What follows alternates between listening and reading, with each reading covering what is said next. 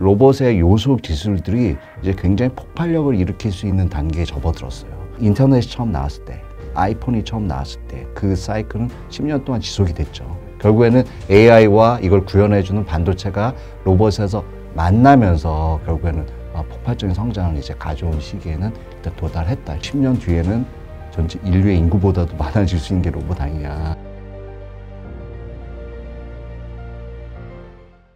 대표님께서 AI 얘기해 주시면서 또 로봇 얘기도 해주셨는데 네. 이 로봇 시장을 또 굉장히 좋게 보고 계신 것 같아요. 네네. 근데 우리가 이 로봇이라는 게 네. 워낙 글로벌 경쟁이 좀 심하잖아요. 그렇습니다. 근데 그 와중에 우리나라도 사실 잘 하고 있는 기업들은 잘 하고 있는데 네. 근데 문제는 많은 분들께서 우려하고 계시는 게 이 로봇 기업들의 밸류가 네네. 이렇게 퍼 기준으로 높은 게 맞냐? 네네. 당장 얘네가 실적이 안 나오는데 네. 이런 가치를 받는 게 맞냐? 네네. 이런 부분에 있어서 우려를 좀 표명하시거든요. 네. 이에 대해서 어떻게 생각하세요? 일단 로봇 시장 저희가 AI 얘기를 하면서 이렇게 제가 책에도 썼고 이렇게 했는데 뭐 로봇 시장이 앞으로 엄청 커질 거다 하는 얘기는 그동안 많이 있었죠. 그렇죠. 예. 스마트폰 시장은 지금 가장 많이 쓴 디바이스긴 하지만 뭐 인당 뭐 한두 개 뭐 그 이상 엄청 쓰는 건 아니고 그렇다 보니까 연간 12억대 시장, 애플하고 삼성하고 2.5억대씩 한 그런 시장입니다. 근데 이 로봇의 요소 기술들이 이제 굉장히 폭발력을 일으킬 수 있는 단계에 접어들었어요. 그래서 테슬라의 옵티머스 나왔지만 휴머노이드 쪽에서 또 AI가 적용되면서 이게 굉장히 이제 수요를 일으킬 수 있는 단계로 접어들겠다. 또 사적보행 로봇도 군사 용도로 활용할 수 있는 드디어 단계에 이르렀다. 이런 것이 이제 나타나고 있기 때문에 이제 로봇 시장이 굉장히 확산될 거다. 한국에는 쿠팡 배달을 엄청 많이 하지만 이 라스트 마일 딜리버리라는 거를 결국엔 끝까지 사람이 할 거냐 아니면 몇 년 후에 3년 뒤, 5년 뒤에는 로봇으로 다 대체될 거냐. 근데 기술적으로는 이걸 충분히 뒷받침할 수 있는 그러한 시기에 도달했다 이렇게 보는 거죠. 그래서 로봇을 봐야 된다 이렇게 보는 거고 지금 상장되어 있는 한국 시장 그 종목 중에서도 지금 두산 로보틱스가 시가총액 5조 우리 LIG 넥스원이 이제 고스트 로보틱스라는 회사를 인수를 여기 투자를 했는데 여기에도 이제 4조 정도 되고 그다음 삼성전자가 투자했죠. 1,000억 투자했습니다만 레인보우 로보틱스가 이제 한 3.5조 정도 됐습니다. 그리고 현대차가 보스턴 다이내믹스에 1조 투자해서 아직은 이제 수면 아래에 있는 그런 상황이지만 이런 앞에 회사들을 감안해서 봤을 때는 적어도 한 5조에서 10조 정도의 가치를 받지 않겠냐 이렇게 추정을 할 수가 있는 거죠. 그래서 말씀하신 대로 이런 그 밸류는 뭐 근거가 없는 건 아니라 앞으로 이제 로봇 시장이 굉장히 급성장하는 시기가 다가왔다라는 부분을 반영하는 거라고 보고 있고요.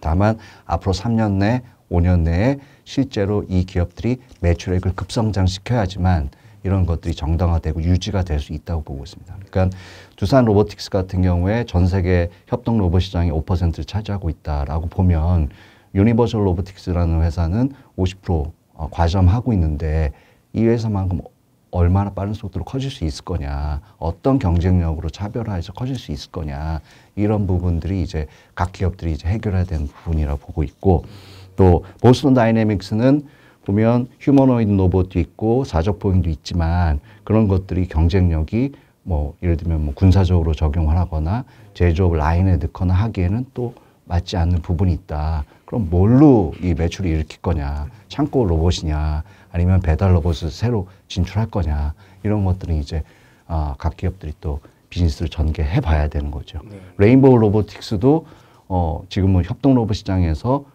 점차 그 매출을 키워가고 있었는데 이걸로 계속 나갈지, 그럼 두산하고 당연히 경쟁을 하는 거고, 그러면 옛날에 다르파 로봇 대회에서 1등한 실력이 있으니까 휴머노이드 로봇 경쟁력도 갖고 있는데 그럼 이거를 갖다 경쟁력을 키울 거냐, 이런 부분도 이제 또 삼성에서 결정을 해서 방향성을 또 잡아야 되는 거죠. 또 수면 아래 잠복해 있는 회사 중에는 또 네이버 갖고 있는 네이버 랩스 이런 회사도 상당히 경쟁력을 키워가고 있는 그런 상황입니다. 어쨌든 앞으로 3년 정도 봤을 때는 그런 고평가 논란을 좀 잠재우기 위해서는 실제로 이제 빠른 매출 성장 그리고 수익성을 개선시키는 노력이 필요하다고 보고 있습니다. 개인적으로 이 로봇 시장을 AI만큼은 아니지만 네. 굉장히 좋게 보고 있는 입장에서 네. 로봇 전시회 등 로봇 기업들 탐방도 꽤 다녀봤거든요. 네네. 근데 이제 제가 들었던 말 중에 그런 말이 있었어요. 사실 이 로봇의 이런 기계 장치를 만드는 건 그렇게 어려운 게 아니다. 네. 네. 그래서 사실 뭐 제조업에 대한 이해만 있으면은 네. 웬만하면 다 만들 수 있다. 네. 그래서 저도 봐도 이게 그냥 자동화 설비 장치 아닌가? 네. 그냥 기계 아닌가? 네. 근데 이게 앞으로의 경쟁력은 뭐냐라고 봤을 때 결국에 이제 소프트웨어. 어떻게 자기 스스로 이제 사고하고 맞춤형대로 움직이고 네. 이런 게 좀 중요하다라는 얘기를 해주시더라고요. 네. 근데 이제 대표님께서 말씀하셨던 포인트 중에 이 로봇의 요소들이 지금 폭발적으로 지금 상승할 만한 네. 이 시기에 좀 접어들었다라는 표현을 써주셨는데 네. 이것은 결국 휴머노이드 관점에서 로봇이 자체적으로 판단하고 사고할 수 있는 네. 기술적인 수준으로 좀 올라왔다라고도 네. 이해하면 되는 건가요? 예, 그래서 로봇 시장의 좀 또 특징적인 게 결국에는 이거를 잘 구현할 수 있는 거는 자율주행 체계하고 좀 맞물려 있다고 보고 있습니다. 테슬라에서도 그런 얘기를 했지만 그래서 자동차 자율주행 시장에서 보면은 우리가 SDV라고 얘기를 하죠. 그렇죠. 예, Software Defined Vehicle.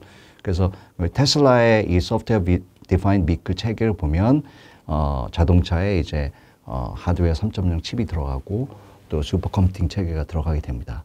그러면 로봇 쪽에 대해서도 이제 AI 로봇화 되기 위해서는 이렇게 훈련시키는 데 있어서도 이 컴퓨팅 체계를 활용을 하고 로봇들을 이제 군집으로 움직이고 어떤 비즈니스를 하기 위해서는 거기에서 반드시 이제 소프트웨어적인 이 뒷받침이 되어야 된다고 보고 있습니다. 그래서 전에도 물론 기계공학적인 그런 기술들은 계속 발전해 왔고 대표적으로 이제 보스턴 다이내믹스 그런 로봇들이 이런 부분에서는 굉장히 앞서 있었지만 이 보스턴 다이내믹스 로봇이 이제 뭐 덤블링하고 이런 것들이 AI적으로 움직이는 거냐 이제 메카닉하게 움직이는 거냐 이런 부분에서 또 얘기들이 많이 되고 있고 그렇죠. 옵티머스와는 이게 완전히 또 다른 방향에서 이제 개발이 되는 거다 이런 시각들이 있는 거죠. 예. 결국에는 AI와 이걸 구현해주는 반도체가 로봇에서 만나면서 결국에는 폭발적인 성장을 이제 가져온 시기에는 일단 도달했다 이렇게 보고 있습니다. 그러면은 대표님 그 로봇에 들어가는 반도체는 네. 또 뭔가 특별점이 있나요? 기존의 반도체 대비했을 때? 말씀드린 대로 이것은 이제 자율주행 연장선상이라고 보고 있습니다. 그래서 예를 들면 배송 로봇 예, 같은 경우에 굉장히 작고 단순할 수 있지만 여기에는 엄밀하게 얘기하면 자율주행이 가능해야 되고 그렇죠. 스스로 예, 보고 판단해야 그렇죠. 되잖아요. 비전이나 센싱이나 이런 것들을 다 기술적으로 구현해야 되기 때문에 자율주행 기술들이 좀 적용이 될 것이고 그래서 현대차 같은 경우에 보스턴 다이내믹스에 투자를 했지만 실제로 보스턴 쪽에 지금 5천억을 투자를 해서 그 AI 기술 연구소를 설립을 했습니다. 그러면 여기 그리고 이제 현대차는 또 짐 켈러한테 또 투자를 했어요. 예, 짐 켈러가 테슬라의 칩을 설계한 사람이니까 예, 또 짐 켈러가 텐스토라트라는 회사를 또 만들었는데 거기에서 이제 그럼 자율주행 칩 설계를 할 수 있는 거고 이게 로봇 쪽하고 연결이 된다고 하면은 로봇 쪽을 위해서 개발을 한 것도 이제 다 맞물려서 가능하다 이렇게 보고 있습니다. 그럼 혹시 대표님께서 개인적으로 이 AI 로봇 좀 다음으로 네. 좀 주목하고 계시는 혁신적인 변화가 따로 있을까요? AI 투자 전쟁 책에 크게는 그 AI 소프트웨어적인 부분 최근에 그런 오픈 AI의 챗 GPT 빅뱅을 좀 다뤘고요. 그리고 로보틱스 얘기를 좀 했고 이걸 구현해 준 반도체 얘기했습니다. 그리고 그 이후에 앞으로 10년, 5년, 10년은 어떻게 될 거냐. 그래서 꼽은 것이 이제 공간 컴퓨팅, 그다음에 AAM, 그다음에 양자 컴퓨팅 세 가지입니다. 그래서 사실은 이제 공간 컴퓨팅이란 거는 AIV 시장 이제 많이 있었고 또 메타버스 얘기도 많이 나오고 있었습니다만은 결국에는 이쪽에서 원래는 마이크로소프트 홀로렌즈가 앞서 있었는데 최근에 이제 애플이 비전 프로를 내놓으면서 공간 컴퓨팅이라는 얘기를 했죠. 근데 애플이 결국 해결한 것은 조금 더 이제 이 디스플레이의 그런 어떤 문제점들을 해결하는 방향에서 좀 나아간 것 같아요. 그래서 그거를 문제를 해결하기 위해서 반도체를 써서 이제 R1이라는 칩을 했습니다. 그래서 비전 프로에 보면은 M2 프로세서가 있고, 요거는 CPU, GPU 기능들을 하는 것이고, R1이란 것은 수많은 카메라들이 불러오는 그런 영상들을 아주 빠른 시간 내에 처리를 해줘서 어지러움을 느끼지 않게 이렇게 합니다. 근데 이 가격에 보면 3,500달러 뭐 이렇게 되니까 이게 상용화 될 수 있겠냐. 그리고 뭐 메타는 500불 내놨지만 여전히 그냥 퀄컴 칩을 쓰고 하니까 또 문제점이 있겠죠. 그래서 어쨌든 이쪽의 기술들은 조금 더 계속적으로 발전이 돼야지만 수요가 팍 터지는 그런 상황이 전개될 거다. 그렇게 되면 이것은 이제 결국 메타버스 쪽으로 연결되고 또 산업용 메타버스 시장이 앞으로 굉장히 커질 것이다. 이렇게 예상하는 상황이기 때문에 또 군사용도 이런 활용도는 많이 나올 것으로 보고 있습니다. 그렇지만 아직 상용화에서는 다가오지 않은 시장이다. 이렇게 보고 있는 거고요. 그다음에 AAM 시장은 어떻게 보면 이 자율주행이 이제 더 확대되는 그런 개념이죠. 그래서 50km 이내는 저희가 UAM이라고 좀 명칭을 하고, 이 기기는 이제 eVTOL 이렇게 보는데, 이 기체를 개발하고 또 배터리 또 통신 체계, 자율주행을 구현해 줄 수 있는 통신 체계 이런 것들도 같이 맞물려서 발전이 돼야만 됩니다. 그리고 이거는 항공 그런 경비 허가, 항공 사업에 대한 인허가가 또 돼야 되는 부분이 있기 때문에 여기에서도 시간이 필요한 거고, 초기에 저희가 좀 보는 거는 아무래도 이제 공항과 도심을 연결해 주는 그런 데서 이제 수요를 촉발시킬 수 있을 거라고 보는데, 많은 회사들이 이제 개발하고 있습니다. 그래서 대표적으로 미국에는 이제 토요타도 투자를 했는데 조비라는 회사가 있고, 또 스텔란티스라는 회사도 투자했는데 아처, 또 현대차는 슈퍼널, 한화는 오버에어라는 회사에 또 투자를 해놨습니다. 그래서 각각 이제 기체를 개발하고 또 미국 정부하고 사업권을 따내기 위한 그런 노력도 전개가 돼야 되기 때문에, 뭐 예를 들면 슈퍼널 같은 경우 워싱턴에 지금 본사를 차린 거죠. 그렇게 해서 이제 준비를 해 나가고, 이게 적어도 이제 뭐 상용화 앞으로 뭐 3년 내에 하겠다 하지만 뭐 5년 이렇게 걸릴 거기 때문에 이런 기업들은 아무래도 체력이 중요하다.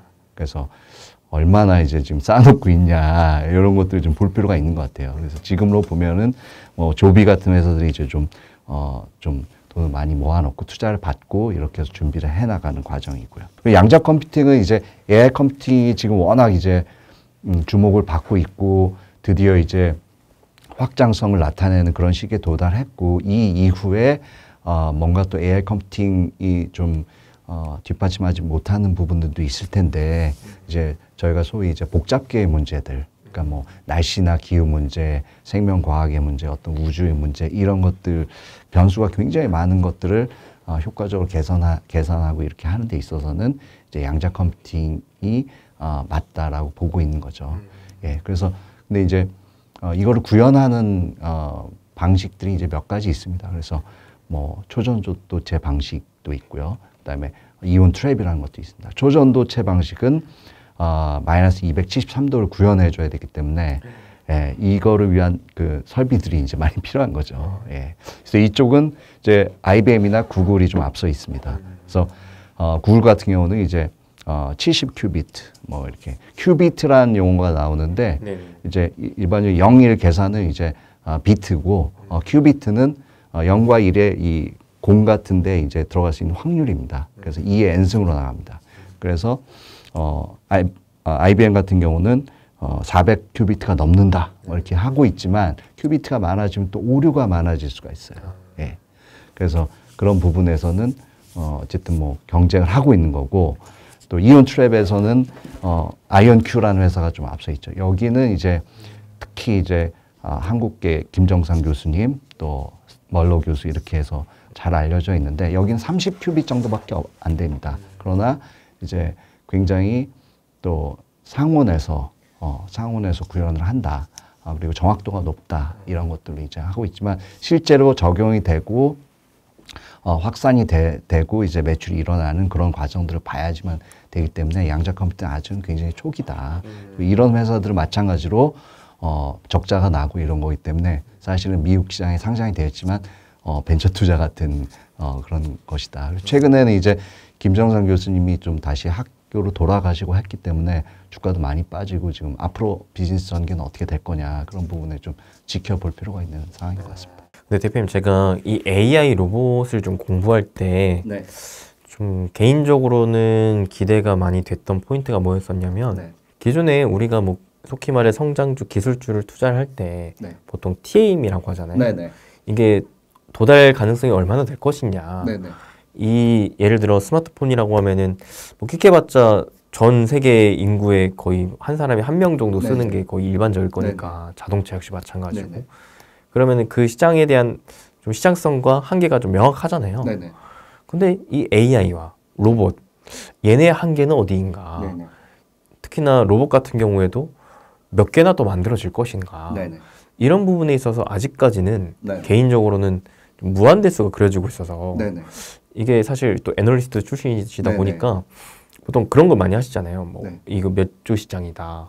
그러면서 앞으로 얼마나 이게 시나리오를 또 그리면서 얼만큼의 또 성장성을 부여할 것이다. 이런 얘기들을 많이 하는데 AI 로봇은 우리가 어떤 식으로 계산해야 될지. 일단 그 뭐 두 가지로 나눠서 봐야 될 것 같아요. 첫째는 지금 오픈 AI 비롯해서 뭐 구글 이런 이 AI 모델 가지고 이제 경쟁을 하는 그거를 위해서 그걸 구축하기 위해서 이제 또 엄청난 이제 GPU를 필요로 하고 투자를 데이터 센터에 투자를 하는 그런 과정이 지금 진행되고 있으니까 뭐 예를 들면 메타나 뭐 오픈 AI나 그 데이터 센터를 위해서 GPU 투자를 뭐 몇십 조를 했다. 뭐 지금 엄청 숫자들이 올라가고 있으니까 또 이런데 비용이 많이 들어가니까 오픈 AI는 자체적으로 또 7조 달러 모아서 이제 하겠다. 그러면 엔비디아의 시총이 2조 달러 지금 해서 글로벌 넘버 3인데 그럼 그 이상으로 지금 돈을 모으겠다고 하니까 이게 말이 되는 거냐. 뭐 또 이런 얘기도 나오고 있죠. 그리고 그렇게 해서 엔비디아 같은 회사를 만들어도 그러면 TSMC 결국에는 파운드를 해야 되는데 이게 가능하겠느냐. 가능하지 않다. 오히려 이제 생태계를 망가뜨릴 뿐이다. 이런 얘기들도 나오고 있는데 그만큼 아직은 저희가 가보지 않은 시장이라서 뭐 2030년도 가면은 이제 몇백 조 시장이 된다. 이런 얘기는 좀 가봐야 될 것 같아요. 근데 분명한 것은 이런 어떤 요소 기술들이 만나면서 폭발적인 성장을 만들 수 있는 그런 딱 그 티핑 포인트에 도달을 했다. 그래서 돌이켜보면 인터넷이 처음 나왔을 때, 아이폰이 처음 나왔을 때, 아이폰이 처음 나온 이후에 그 사이클은 10년 동안 지속이 됐죠. 그래서 2019년, 20년 되니까 이제 더 이상은 성장이 안 나오고 뭔가 새로운 게 없는. 근데 그 와중에 보면은 전자상거래나 그리고 유튜브 같은 이런 새로운 미디어나 이런 시장이 폭발을 했던 것처럼 AI가 앞으로 어떤 쪽에서 플랫폼이 커질 것이다. 뭐 그걸 알면 뭐 엄청 돈을 벌 수 있겠죠. 그렇지만 그런 부분을 가늠해보고 조금은 저희가 따라가 볼 필요가 있겠다. 새로운 기회는 분명히 그 시장 굉장히 크다라고 보는 거고요. 로봇도 마찬가지입니다. 뭐 로봇 시장 뭐 커진다는 얘기는 뭐 계속 있었지만 말씀드린 대로 실제로 기술적으로 상용화를 촉발시키는 시기에 이제 도달했기 때문에 그게 휴머노이드든 사족보행이든 또 배달 로봇이든 과거와는 좀 다르게 구현할 수 있다는 거죠. 그러면 지금 뭐 LIG 넥스원이 이 고스트 로봇을 데려왔습니다만은 그 보스턴 다이내믹스 로봇은 전장에 넣으면은 제대로 구현하지 못해요. 그러니까 예를 들면 지형도 굉장히 험준하고 또 이 온도 차도 굉장히 크고 또 그다음에 이 작전 시간 이런 것들도 이제 문제가 되기 때문에 그런 면에서는 그걸 잘 구현할 수 있는 그 로봇들이 드디어 나왔다는 거죠. 그래서 그러면 이 군사 용도 같은 경우는 이거를 사실은 충분히 목적 달성할 수 있다 하면은 많이 찍어낼 수 있는 거니까. 그렇죠. 많으면 많을수록 좋은 거죠. 그렇죠. 근데 사실은 2019년, 20년 코로나 시기 지나면서 이 우크라이나 전쟁이 터지고 지금 그 전쟁이 처음으로 이제 기계가 개입되는 전쟁으로 바뀌었잖아요. 맞아요. 그래서 로봇과 이 드론과 이제 전쟁을 하고 이렇게 이제 어떤 변화의 시기를 겪고 있기 때문에 그런 면에서는 이게 드디어 좀 기하급수적으로 늘어나는 시기에 접어들었다. 그냥 뭐 앞으로 그렇게 보면 10년 뒤에는 전체 인류의 인구보다도 많아질 수 있는 게 로봇 아니냐. 그래서 템이라는 게 계산이 안 될 수도 있고, 저희가 지금 화성에 가는 뭐 스페이스X에서 뭐 그런 노력들이 실제로 진행이 되고 있는데, 그러면은 화성에는 사람을 더 많이 보내겠어요? 아니면 로봇이 더 많이 간다. 그렇죠. 예, 그렇게 계산이 되는 거죠. 그리고 아까 저희가 공간 컴퓨팅 얘기도 했습니다만은, 공간 컴퓨팅은 어떻게 보면은 이 메타버스에 지구만한 새로운 세상이 열리는 거기 때문에 이걸 어떻게 가능할 거냐. 그렇죠. 예, 가능하기가 어렵겠죠. 그래서 어쨌든 상당히 큰 시장과 이 성장 기회들이 다가오는 게 지금의 시점이 아닌가 보고 있습니다. 야, 진짜 로봇이 말씀하신 대로 인구보다도 많아질 수 있겠네요. 네, 그렇습니다. 야, 그러니까 우리가 좀 봐야 될 건 이게 얼마나 커질지보다는 지금 커지고 있다라는 그 방향성 자체가 일단 중요하다라고 봐야 되겠네요. 그렇죠. 방향성이 드디어 잡히기 시작했다. 그래서 이게 이제 드디어 성장하는 그 기울기가 나오기 시작했다. 이렇게